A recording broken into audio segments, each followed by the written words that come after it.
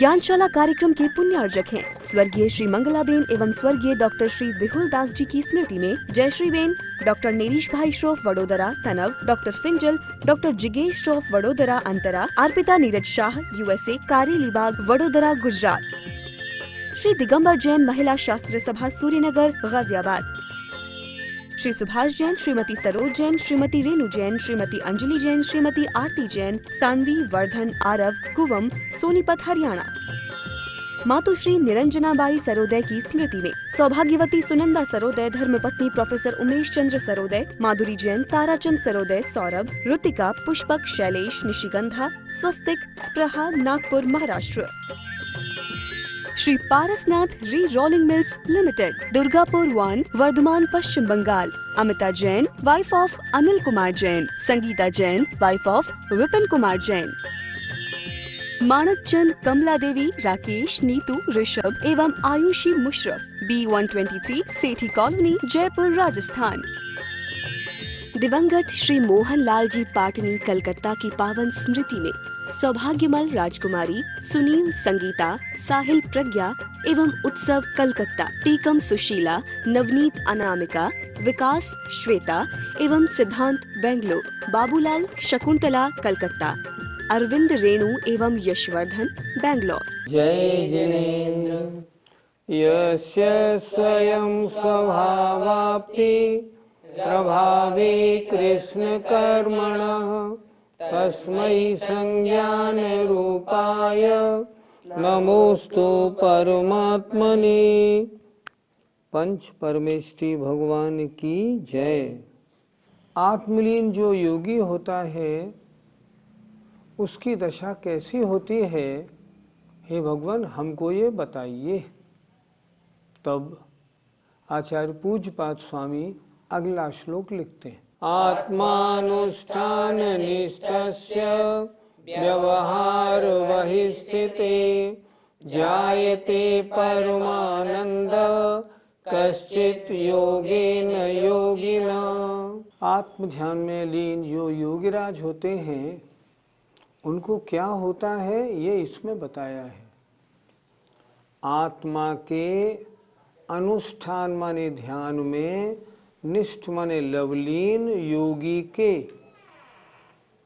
जो मुनिराज आत्मा के अनुष्ठान माने ध्यान में, निष्ठ माने लवलीन है और व्यवहार बहिस्थिते, व्यवहार चारित्र से बाहर स्थित हैं, अर्थात व्यवहार चारित्र व्यवहारिक क्रियाओं में उस समय नहीं है, सामायिक करूं, प्रतिक्रमण करूं, उसमें नहीं है।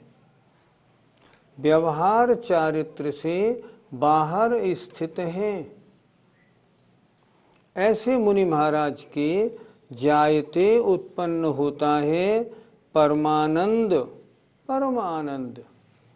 कश्चित माने कोई, अपूर्व, योग के द्वारा योगी के, अर्थात जो व्यवहार क्रियाओं से, व्यवहार चारित्र से बाहर स्थित है और आत्मा के ध्यान में लवलीन है, ऐसे योगी के। कश्चित माने कोई, अपूर्व, परमानंद योग के द्वारा उत्पन्न होता है। वो जो योगीराज ध्यान लगा रहे हैं उस ध्यान के द्वारा उन्हें कोई अद्भुत अपूर्व आनंद प्राप्त होता है। फिर देखें एक बार, जो व्यवहार चारित्र से बाहर स्थित हैं, अर्थात बहिरंग क्रियाएं जिनकी उस समय शून्य हैं, बहिरंग क्रियाओं में लगे हुए नहीं हैं, प्रवचन करना, स्वाध्याय कराना, तत्व चर्चा करना आदि कार्यों में नहीं, जो आत्म ध्यान में स्थित हैं बिल्कुल। क्या लिखा? व्यवहार चारित्र की से, व्यवहार चारित्र से बाहर जो स्थित हैं और आत्मा के ध्यान में जो लवलीन हैं, ऐसे मुनिराज के, ऐसे योगी के कश्चित माने कोई, अपूर्व, परमानंद योगेन ध्यान के द्वारा उत्पन्न होता है। ऐसे मुनि महाराज जो ध्यान करते हैं तो ध्यान में जब लवलीन होते हैं एक अद्भुत आनंद उनको उत्पन्न होता है। ध्यान से क्या होता है ये आचार्य ने इसमें बताया। पंडित जी, क्या आत्मलीन मुनिराज के व्यवहार चारित्र नहीं होता? क्यों नहीं होता? व्यवहार चारित्र तो होता है लेकिन व्यवहारिक क्रियाएं नहीं होती। मैं पूछता हूँ, क्या उनके पंच महाव्रत नहीं है? क्या पंच समिति नहीं है? 5 इंद्रियों का जय नहीं है? है। इसका मतलब व्यवहार चारित्र तो है ही, लेकिन जब वो आत्मा में लीन होते हैं उस समय वो व्यवहार चारित्र से निश्चय चारित्र में चले जाते हैं, और जब वहाँ से फिर लौटते हैं फिर व्यवहार चारित्र में आ जाते हैं। ये व्यवहार चारित्र शुभोपयोग की दशा है, और निश्चय चारित्र या आत्मलीनपना ये शुद्धोपयोग की दशा है। इसमें जब निश्चय चारित्र में जाते हैं तो व्यवहार चारित्र गौण होता है, पर उससे रहित नहीं होते या उससे रहित हो जाते हो ऐसा नहीं होता। वो शुभोपयोग से शुद्धोपयोग, शुद्धोपयोग से शुभोपयोग में आते रहते हैं। तो कभी व्यवहार चारित्र से निश्चय चारित्र, निश्चय से व्यवहार चारित्र में आना जाना उनका बना रहता है। इसलिए व्यवहार चारित्र तो होता है पर व्यवहारिक क्रियाएं नहीं होती कि वो प्रवचन कर रहे हों, तत्व चर्चा कर रहे हों, ऐसा नहीं होता। पंडित जी, ध्यान में होने वाला आनंद कैसा होता है? पूज्यपाद स्वामी ने उसको संज्ञा दी है परमानंद, मतलब उत्कृष्ट आनंद। वो आनंद कैसा होता है? अगर हम छैडालाकार की भाषा में समझें तो यों चिंत निज में थिर भई, तिन अकथ जो आनंद लयो, सो इंद्र नाग नरेंद्र वा अहमिंद्र के नाही कहो। इस प्रकार जो अपनी आत्मा में चिंतन में लीन हो जाते हैं उनके अकथ माने कहने में नहीं आ सकता। कैसा आनंद है वो तो जो आनंद को ले रहा है वो ही जाने, बताने में नहीं आता। जो अकथ जो आनंद लयो, जो आनंद प्राप्त होता है वह इंद्र को, नागेंद्र को, इंद्र नाग नरेंद्र राजाओं को व अहिमिंद्रों के भी नहीं होता। क्यों नहीं होता? क्योंकि इंद्र नागेंद्र राजा और अहिमिंद्रों के जो आनंद होता है वो इंद्रिय सुख संबंधी आनंद है। इंद्रिय सुख संबंधी आनंद का आत्मानंद से क्या मुकाबला करना? आत्मानंद तो अद्भुत आनंद है, परम निराकुलता रूप है। इसलिए वो आनंद कैसा होता है? विचित्र आनंद होता है, और उसे हम कहते हैं परमानंद। पंडित जी, एक मुनि प्रवचन करने में लगे हैं और एक मुनिराज ध्यान करने में लगे हैं, इनमें से अच्छा किसको माना जाएगा? जो प्रवचन करने में लगे हैं, व्यवहार चारित्र की क्रियाओं में लगे हैं, उनके पुण्य बंध बहुत है, निर्जरा तो है थोड़ी। लेकिन जो वास्तव में आत्म ध्यान में लगे हैं उनके तो महान निर्जरा होती है। आचार्यों ने अंतरंग जप 6 प्रकार का बताया: प्रायश्चित्त, विनय, वैयावृत्त, स्वाध्याय, व्युत्सर्ग और ध्यान। इन 6 में सबसे उत्कृष्ट कौन सा है? ध्यान। ध्यान से बड़ा तो कोई तप नहीं। अगर निर्जरा सबसे बड़ी अगर होती है किसी में तो ध्यान द्वारा होती है। मोक्ष की प्राप्ति भी ध्यान के ही द्वारा होती है। इसलिए ध्यान करने वाले मुनि की निर्जरा महान है। इसलिए प्रवचन करने वालों से तो ध्यान करने वाले बहुत उत्कृष्ट हैं। मुनिराज हमेशा चिंतन करते हैं, ऐसा दिन कब आए जब मैं आत्मचिंतन में ही 24 घंटे लगा रहूं, बहिरंग क्रियाएं मेरी शून्य हो जाएं। क्यों? उसी लिए तो मुनि बने हैं। असली चीज़ तो वही है। मुझे क्या चाहिए? निर्जरा। निर्जरा किससे होती है? ध्यान। तो मैं ध्यान में बैठा रहूं। पर जब ध्यान से हटते हैं, नहीं बैठ पाते हैं, शरीर साथ नहीं देता, तब स्वाध्याय, तत्व चिंतन इनमें लग जाते हैं। पंडित जी, बाहर की क्रियाओं में लीन मुनिराज और आत्म ध्यान में लीन मुनिराज, इनका गुण स्थान कौन सा होता है? जो मुनि महाराज 28 मूल गुण पालते हैं, सम्यक दृष्टि हैं, भावलिंगी हैं, अगर वो व्यवहार क्रियाओं में प्रवचन आदि में लगे हैं तो उनका गुणस्थान 6वां और 7वां। और जो मुनिराज आत्म ध्यान में लीन लगे हैं, अगर मान लो पंचम काल की वर्तमान दशा है तो वर्तमान के मुनिराजों को 7वां गुणस्थान होगा, पर निर्जरा बहुत ज़्यादा होगी। और अगर चतुर्थ काल होता तो इन ध्यान वाले आत्म ध्यान करने वालों का गुणस्थान 7 से 12 तक माना जाएगा। 12वें गुणस्थान तक मुनि को ले जाने वाला अगर कोई है ना तो मात्र ध्यान है और कुछ नहीं। इसलिए ध्यान से बड़ी तो कोई तपस्या होती ही नहीं। तो व्यवहार चारित्र वाले मुनियों का गुणस्थान 6वां और 7वां, 6वां और 7वां, और जो आत्म ध्यान में लीन निश्चय चारित्र वाले मुनि महाराज हैं उनके गुणस्थान 7 से 12, ऐसा समझना चाहिए। पंडित जी, इन दोनों प्रकार के मुनिराजों का कौन सा उपयोग माना जाएगा? जो प्रवचन आदि अन्य कार्यों में लगे हुए हैं, बहिरंग चारित्र के पालन में लगे हैं, उनका उपयोग शुभोपयोग है। और जो आत्म ध्यान में लीन है उनका उपयोग शुद्धोपयोग है। शुभोपयोग के गुणस्थान मुनि महाराज के लिए 6 और 7, शुद्धोपयोग के गुणस्थान मुनि महाराज के लिए 7 से 12 तक। 12वें गुणस्थान के बाद शुद्धोपयोग का फल। तो जो मुनिराज बहिरंग आचरण में लगे हैं, क्रियाओं में लगे हैं, वे शुभोपयोगी हैं, और जो आत्मचिंतन में डूबे हुए हैं वे शुद्धोपयोगी हैं। पंडित जी, यह परमानंद क्या शुभोपयोगी मुनिराजों को नहीं होता?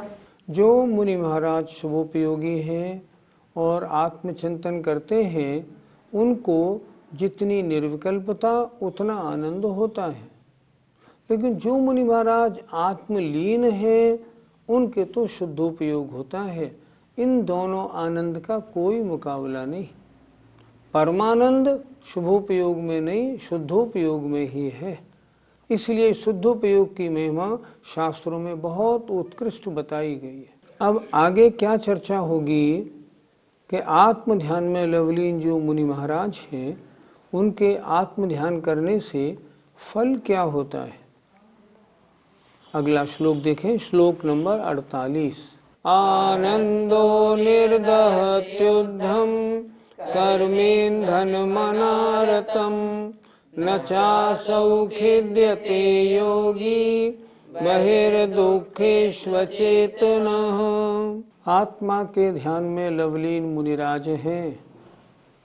आत्म ध्यान करने से उनको फल क्या मिलेगा, उसका रिजल्ट क्या होगा, इस श्लोक में बताया है। आनंदो, आत्म ध्यान में लवलीन मुनिराजों को जो आनंद होता है वह आनंद निर्दहती अर्थात जला डालता है, उद्धम बहुत से, कर्मेंधनम कर्मरूपी ईंधन को, अनारतम निरंतर, अर्थात वह आत्म ध्यान में लवलीन मुनिराजों को होने वाला आनंद बहुत से कर्मरूपी ईंधन को निरंतर जलाता है। आत्मा के साथ लगे कर्म हैं, अनादिकालीन बहुत सारे कर्म हैं, उनको जलाने का काम ध्यान का है। जब मुनिराज ध्यान में होते हैं तो आत्मा के साथ लगे हुए जो कर्म हैं धीरे धीरे आत्मा से पृथक हो जाते हैं। जलाने का मतलब उनको आत्मा से पृथक कर देना, अर्थात निर्जरा होना। फिर देखें, आनंदो, आत्म ध्यान में लवलीन मुनिराज के जो आनंद परमानंद होता है वह उद्धम बहुत से, कर्मेंधनम कर्मरूपी ईंधन को निरंतर जलाता है, प्रति समय बहुत निर्जरा होती है। न चासौ खिद्यते योगी, इसके द्वारा वह योगी दुखी नहीं होता। आत्म ध्यान में लगे योगी के ऊपर बहुत सारे उपसर्ग भी हैं, मक्खी मच्छर भी काट रहे हैं, बहुत सारे हैं, लेकिन वो दुखी नहीं होता। क्यों? क्योंकि बहिर्दुखेषु अचेतनः, जितने भी बहिरंग दुख हैं उनमें उसका चिंतन नहीं जा रहा है, उनको नहीं जान रहा है वो उस समय। अगर उनको जानेगा ना तो फिर परमानंद होगा कैसे? एक ही तो बात बनेगी, या तो बहिरंग में आनंद ले लो या अंतरंग का आनंद ले लो।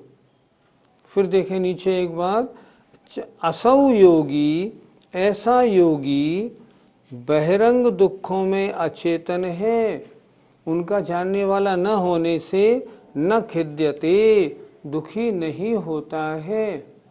तो क्या होता है? आनंद में डुबकी लगाता रहता है। वो तो ये चाहते हैं कि मैं यहाँ से बाहर निकलूँ ही नहीं। क्यों?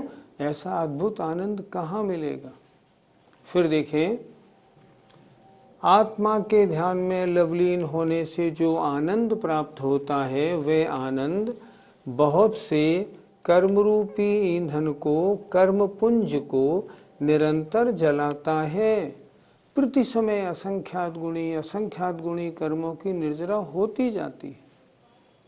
और असौ योगी वह योगी जो बहिरंग दुखों में अचेतन माने न जानकार है, बहिरंग में कोई कष्ट है, कोई उपसर्ग है, कुछ भी है, उनकी ओर उसका मन नहीं है।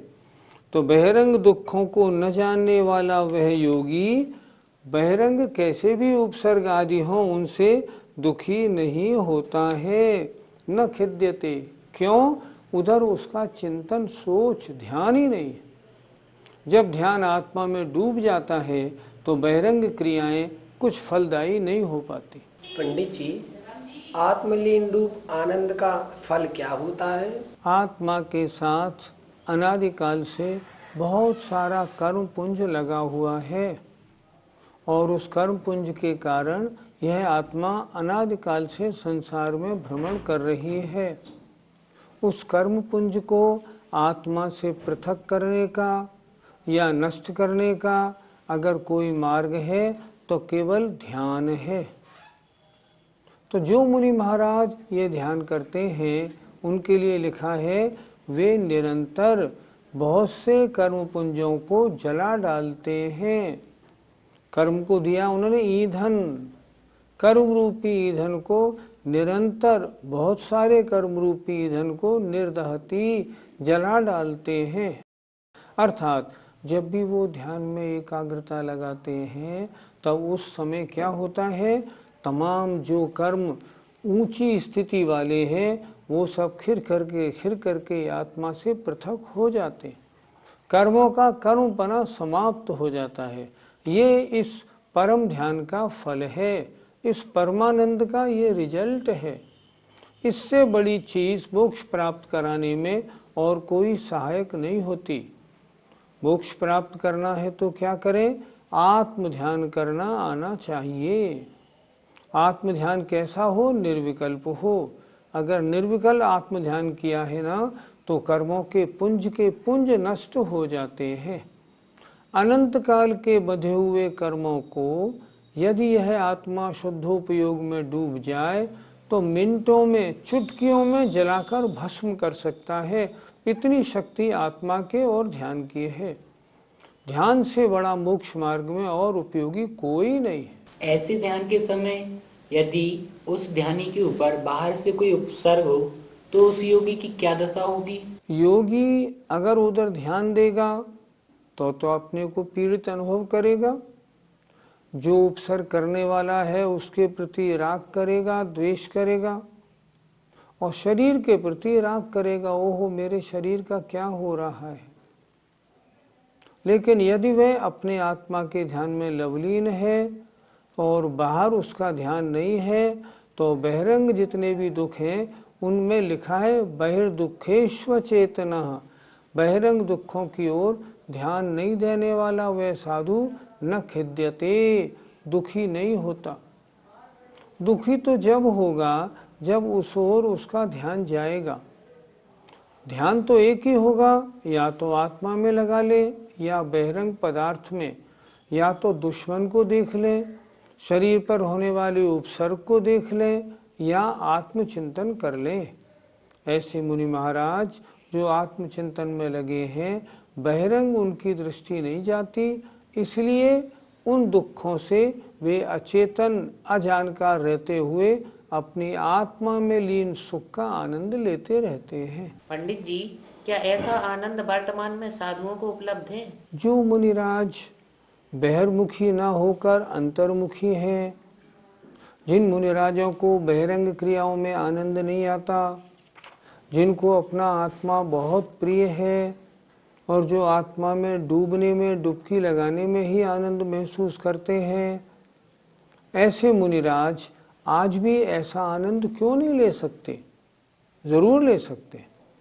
वर्तमान में शुद्धोपयोग का अभाव शास्त्रों में नहीं कहा, इसलिए इस शुद्धोपयोग का आनंद वर्तमान में कोई कोई बिरले साधु ले सकते हैं, लेकिन कितनी देर के लिए? क्षणिक, बहुत थोड़े समय के लिए। क्यों? वर्तमान काल में सहनन अच्छा न होने के कारण ध्यान में स्थिरता नहीं बनती, और ध्यान में स्थिरता नहीं बनती तो आनंद भी निरंतर नहीं मिलता। आनंद थोड़ा बहुत तो मिल सकता है, उसका निषेध नहीं, पर वे मुनिराज होने कैसे चाहिए?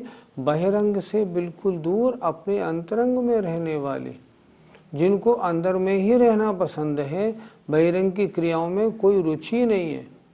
ये ऐसा होना चाहिए, इसको ऐसा करना चाहिए, इसको यहाँ लगा दो, इसको वहाँ लगा दो, अगर इधर उनकी रुचि है ना, नहीं तो उनका आत्मध्यान बनेगा नहीं।